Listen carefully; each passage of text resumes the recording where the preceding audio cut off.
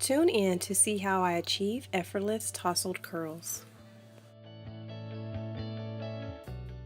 As you curl each section, be sure to hold your flat iron vertical. Taking 1 to 2 inch sections allows for the beach wave tousled effect.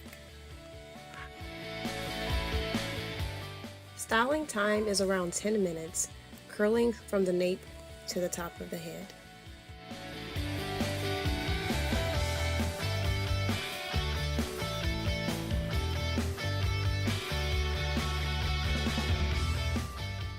I did flat iron my hair on high heat, but I go into curl on medium heat. So just working my way up to the top of my head, and then I slow it down so you all can see how I rotate the flat iron backwards. You're curling your hair away from your face.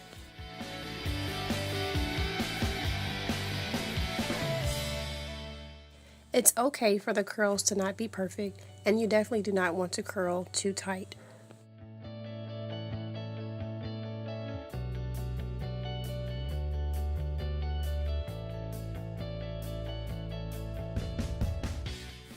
Once you've completely curled your hair, fluff and go.